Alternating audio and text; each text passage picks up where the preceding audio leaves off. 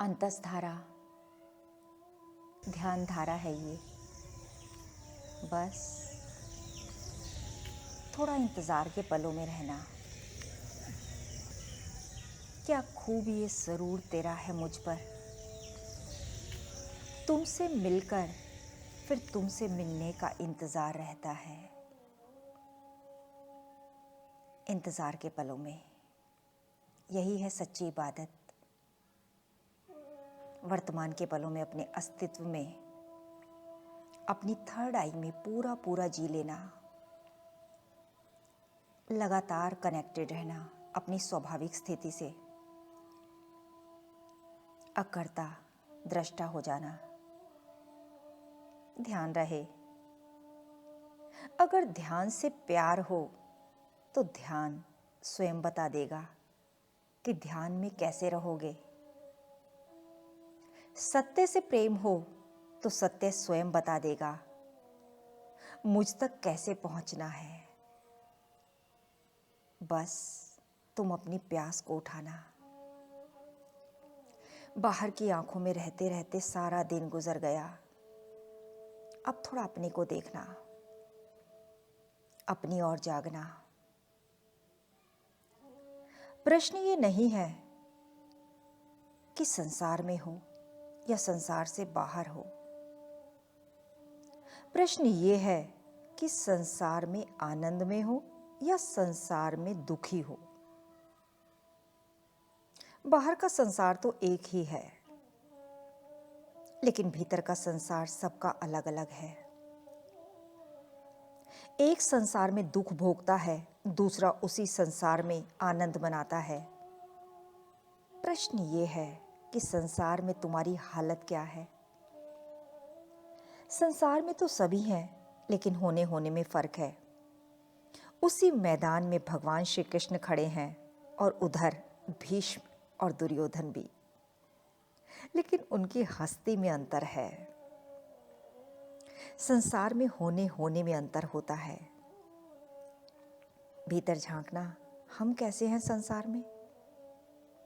कोई इसी संसार में बादशाह की तरह रहता है, कोई बंधक भिखारी की तरह। सब कुछ हम पर निर्भर करता है। वैसे तो किस्मत अपना रोल निभा ही रही है, लेकिन किसी बात का हम पर कितना असर होता है ये बिल्कुल हम पर निर्भर करता है। बाहर शोर मच रहा है, ये किस्मत है, लेकिन उस शोर का तुम्हारे ऊपर कितना, क्या, कैसा असर हो रहा है, ये तुम्हारा चुनाव है। तो किस्मत तो वो करेगी जो उसे करना है। तुम कहाँ पैदा हुए, कौन से संप्रदाय में, किस देश में, किस काल में पैदा हुए, किन हालातों में पैदा हुए, तुम्हारी आर्थिक स्थिति कैसी थी, परवरिश कैसे हुई, तुमने शिक्षा कितनी पाई, ये काफी कुछ किस्मत पर निर्भर करता है।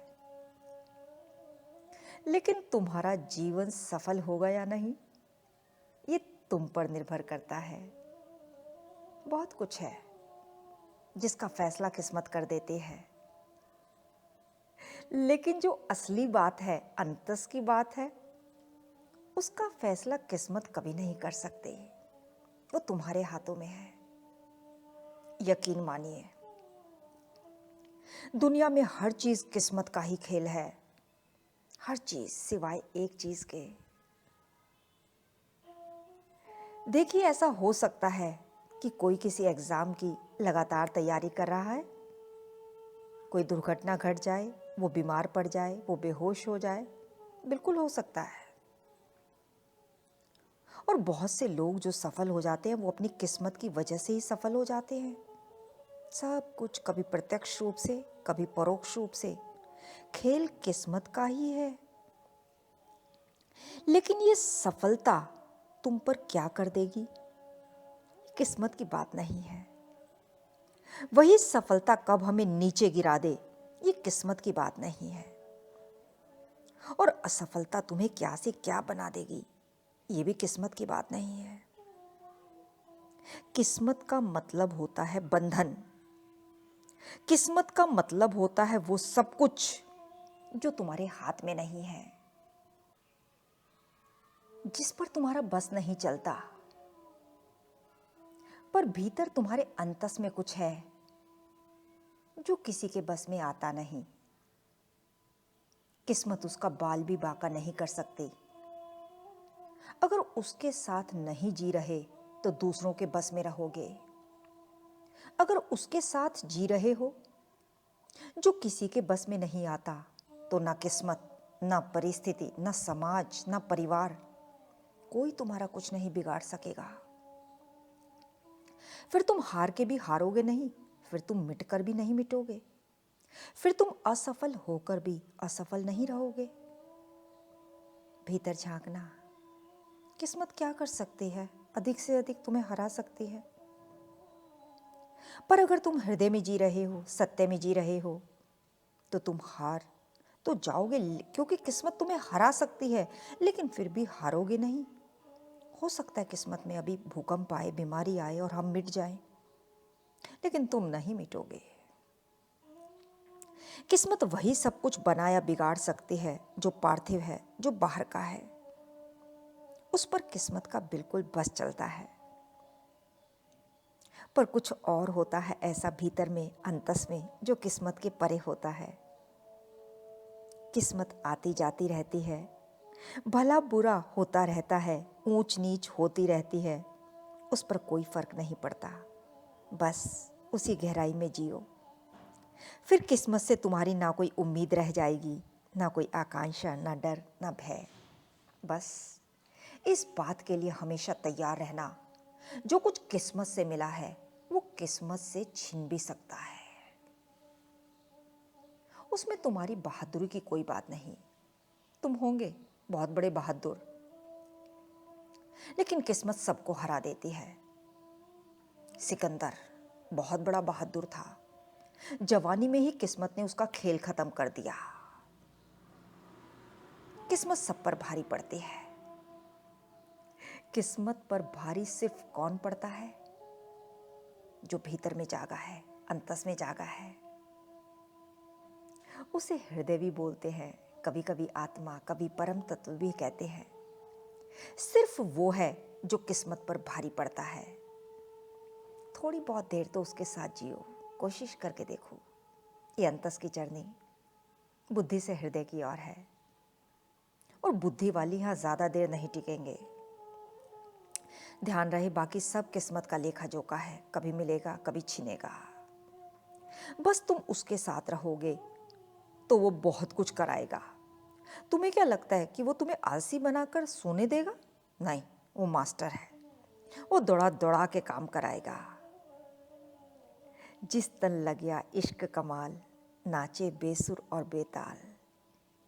वो तुम्हें बेसुर और बेताल नचाएगा। ये तो बहुत बड़ा भ्रम होता है कि अगर शांति को उपलब्ध होना है तो हम कर्मरत नहीं रह पाएंगे। ये फालतू का पागलपन है। जो परमात्मा का हो गया वो फिर गुलाम होकर नौकर की तरह भाग दौड़ करता है, भागता है, फिरता है, अपना ख्याल भी कई बार नहीं रखता, दुनिया का ख्याल रखता है, अपने को भूल जाता है। जैसे नौकर अपने को कभी याद नहीं रखता। नौकर का क्या काम बचता है? बस मालिक का हुक्म बजाओ। तुम्हें क्या लगता है मालिक तुम्हें आराम करने देगा? ये मत सोचो कि फिर काम कैसे होगा। यकीन मानिए, काम भी खूब होगा, और वो काम तुम करोगे नहीं, बल्कि तुमसे करवाया जाएगा। ये भीतर का मामला है। ये फिर तुम्हें सोने भी नहीं देगा।